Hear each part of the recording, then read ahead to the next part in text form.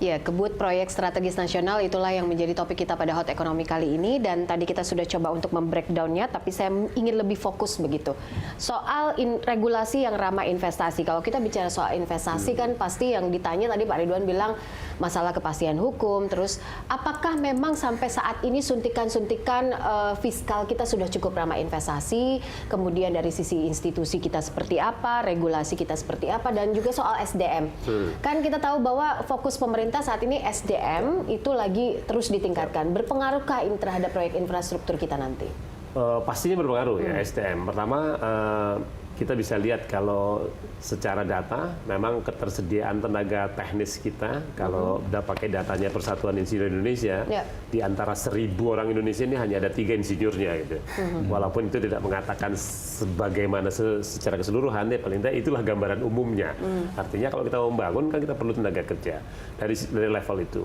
Kemudian dari level di bawahnya data 2011-2012 seingat saya mengatakan tingkat pendidikan secara umum orang Indonesia itu hanya 5% yang lulusan perguruan tinggi. Walaupun kita juga bisa mengatakan ada tenaga kerja yang lain yang dibutuhkan. Paling tidak itu gambaran umumnya. Artinya upaya pemerintah sekarang untuk menyediakan sumber daya manusia dalam rangka mendukung pembangunan infrastruktur ini sangat krusial. Pada level lapangan, level kerja, upaya-upaya pendidikan vokasi sudah seharusnya dilakukan, sehingga tidak mengherankan kalau misalnya Kementerian Perindustrian sangat menyediakan anggaran yang besar untuk menyediakan tenaga kerja di bidang industri. Jadi dari sisi penyediaan tenaga kerja, betul kita harus menyediakan tenaga kerja teknis khususnya yang lebih banyak untuk mulai dari tahap perencanaan sampai pelaksanaan. Nah, tapi dari APBN sendiri kan tentu saja anggarannya akan gemuk di bagian peningkatan SDM. Apakah ini akan berpengaruh terhadap anggaran kita yang ada di untuk proyek strategis nasional? Secara umum mungkin Pak Karunia bisa lebih menjawab, tapi dalam hal penyusunan rencana anggaran sudah jelas, memang sudah ada dari angka-angkanya, kemudian skenario-skenario sumber anggarannya.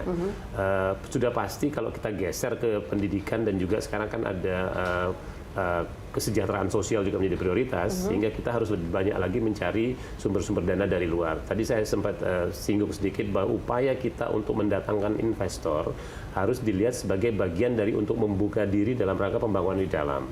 Jangan sampai upaya kita membuka diri kepada pihak luar diberikan konotasi negatif. Gitu. Kita tahu kita tidak sendiri soalnya. Kalau orang tidak mau investasi di Indonesia, dia cari aja negara lain yang dia bisa lebih kembangkan anggarannya. Dan kita perlu perhatikan juga upaya-upaya skema baru seperti kemarin, saya kira skema LCS yang disebutkan Pak Menko Perekonomian itu sekarang menjadi topik hangat di mana-mana.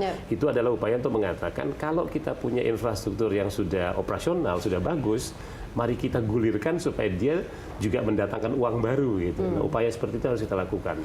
Syaratnya menurut saya selain kita juga ramah, kita juga harus mulai meyakinkan mereka bahwa ini adalah sebuah skema yang menguntungkan bagi kedua belah pihak.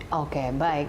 Pak Karunia? Ya, kalau saya pertama saya kira memang tadi Pak Ridwan sudah menggarisbawahi bahwa struktur pembiayaan itu kan sekarang sudah berubah 2019. Dulu sekarang fokus kepada swasta itu sudah bertambah ya, dari kemarin 30% sekarang naik 40%. Kemudian kontribusi pemerintah sendiri berkurang dan BUMN. Yang kedua juga yang harus Anda catat bahwa di dalam pelaksanaan pembiayaan ini peran KPBU itu artinya sudah sangat masif ya, saya lihat ya, kita sudah sangat menggantungkan diri melalui KPBU sebagai salah satu cara di dalam melakukan percepatan dari.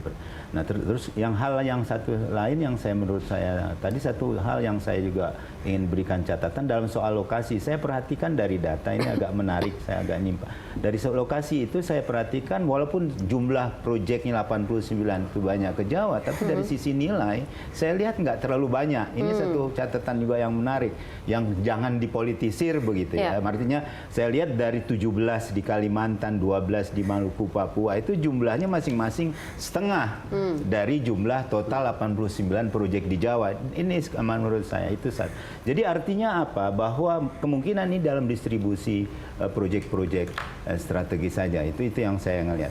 Nah, itu yang menurut pandangan saya juga perlu digarisbawahi di dalam rangka untuk mendorong itu. Menurut saya harus dilihat keuntungan ekonomi apa yang harus diungkapkan dari hasil-hasil proyeknya. Walaupun kita belum sepenuhnya jadi, baru 80,3% ya. Jadi ini satu hal yang kita masih berpikir apa nih gitu. Jadi penting juga kita pikirkan apa nih hasil akhir dari ini semua kan juga penting dilakukan.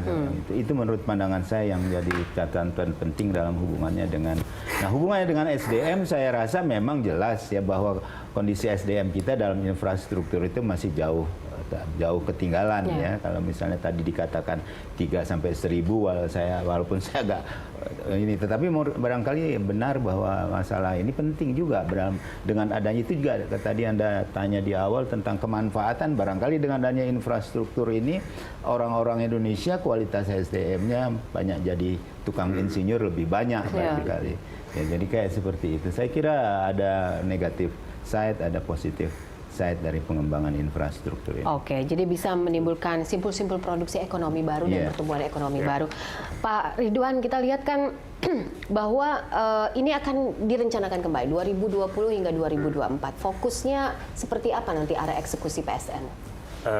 Eksekusi saya kira sudah kita tahu lah. Mungkin begini kita juga melihatnya.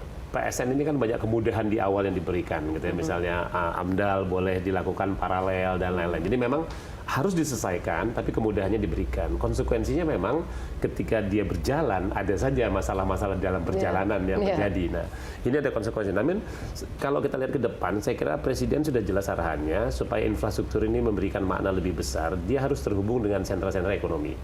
Dicontohkan dengan kegiatan pariwisata, UMKM, industri manufaktur, dan lain-lain. Jadi betul-betul sekarang, selain meneruskan pembangunan, kita juga harus membangun industrinya, supaya fungsi infrastruktur itu maksimal. Jangan sampai nanti ada lagi istilah kami tidak makan infrastruktur, yang memang dia tidak untuk itu, tapi paling tidak infrastruktur ini akan berguna untuk menghubungkan sentra-sentra ekonomi, kemudian juga memudahkan aliran-aliran barang, sehingga pada gilirannya di ujungnya masyarakat akan mendapat kemudahan, dan pada tataran praktis orang selalu ingin harga-harga lebih murah di lapangan. Itu kan juga adalah dampak dari pembangunan infrastruktur yang bagus itu. Oke, Pak Darmin sempat menyebutkan untuk next year mungkin itu kita harus membenahi soal misalnya layanan dasar, kemudian bagaimana infrastruktur ekonomi, perkotaan. Apakah dari sisi perkotaan mungkin banyak yang harus dibenahi dari sisi digital misalnya, atau transformasi dari sisi energi, ini bagaimana pemerintah mengantisipasi hal ini? Digital sudah banyak disebut-sebut ya. Kalau project realnya saya kira Palaparing salah satu project yang bagus, karena project ini akan memudahkan kita untuk melancarkan komunikasi tidak hanya di dalam tapi juga dengan dunia luar. Di luar itu kita lihat tren global juga dengan banyaknya e-commerce, perdagangan online dan lain-lain. Itu infrastruktur digital menjadi sesuatu yang harus kita siapkan juga. Nah, ke depan saya kira selain menyelesaikan proyek-proyek yang ada, menyiapkan infrastruktur digital, saya lagi kita kembali kepada bagaimana supaya infrastruktur yang ada ini tidak hanya memudahkan atau jangan sampai memudahkan barang luar mengalir ke dalam, tapi kita juga harus membuat barang kita bisa mengalir keluar, gitu ya. Artinya sentra-sentra perekonomian kita juga harus bisa mengekspor, karena kita tahu beberapa produk kita juga banyak laku di luar negeri, atau kalau kita bandingkan dengan produk-produk yang consumer goods misalnya, itu banyak barang-barang yang kita bisa laku di luar negeri. Jadi sekali lagi kita berharap dengan adanya teknologi informasi, digital, dan juga terbangunnya sentra-sentra ekonomi di sekitar infrastruktur yang sudah dibangun, itu tidak hanya memudahkan aliran barang masuk, tapi memudahkan juga bagi kita untuk mengalirkan barang kita keluar. Oke, itu harapan ke depan ya. Tetap harus optimis ya Pak Ridwan. Oke, nah, Prof, ini kalau kita bicara soal optimisme ya kan, catatannya kita peringkat daya saing infrastruktur Indonesia itu meningkat di tahun 2018, which is ini satu prestasi juga untuk Indonesia. Dan Indonesia jadi top 5 destinasi investasi regional Asia Pasifik. Tapi seberapa banyak dampaknya ini bagi seluruh rakyat Indonesia? That's a good question. Nah. Saya kira sangat sulit ya. Jadi yang jelas memang investasi itu kan tidak short term ya, dia long term ya. Jadi long run dia sifatnya bukan hanya 1 tahun begitu. Karena bagaimanapun satu investasi itu yang paling pokok diharapkan itu bisa employment creation. Itu ya satu hal yang bagi Indonesia itu sangat penting. Tetapi yang bisa diukur juga gitu kan dengan adanya atau penurunan jumlah pengangguran kan, itu satu hal. Kalau dalam hubungannya dalam kaitannya dengan growth ya, kita lihat sendiri kan selalu kontribusi investasi itu masih rendah. Baru tahun ini mau digenjot, selalu konsumsi kemudian diikuti dengan investasi, terus kemudian sekarang menurun. Jadi menurut pandangan saya dampak infrastruktur, apalagi ini belum begitu jalan, ini kan baru berjalan dalam 80% ya. Oleh menurut saya ini juga harus difikirkan arah tadi sudah disebutkan Pak Ridwan, konektivitas itu kan tidak hanya berarti transportasi, tapi juga dalam kaitannya dengan konteks sektor kehidupan masyarakat di daerah ya. Nah ini yang menurut pandangan saya peran komitmen dan peran dari pemerintahan daerah, dia harus bergerak. Kalau enggak, infrastruktur itu nggak bisa semuanya diserahkan kepada pemerintah pusat. Pemerintah pusat cukup sebagai gatekeeper ya, jadi yang pengawas itu. Kemudian juga menurut pandangan saya supaya dia memberikan itu, kita juga harus mempromosikan education sama marketing ini penting bagi pemerintah untuk harus jual diri bahwa ini loh infrastruktur yang ini.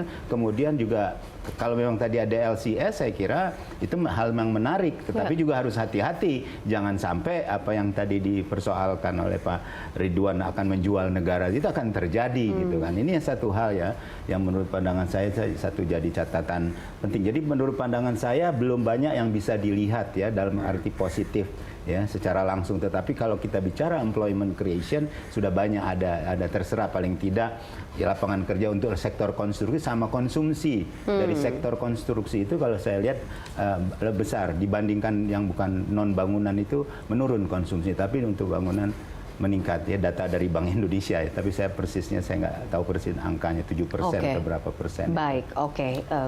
Paling tidak ada positif statement employment creation-nya sudah cukup dirasakan, namun mungkin belum banyak berdampak. Nah, supaya tidak ada tadi Pak Ridwan bilang kita nggak makan infrastruktur, tapi percayalah bahwa infrastruktur mendukung tumbuh kembang ekonomi di tanah air ini. Pemirsa, kami akan kembali dengan bahasan selanjutnya soal ekonomi global. Apakah ini nanti akan berdampak kepada bagaimana proyek strategis nasional? Ada ancaman resesi juga di dunia. Bagaimana mengantisipasinya? Setelah jeda kami kembali dengan bahasannya.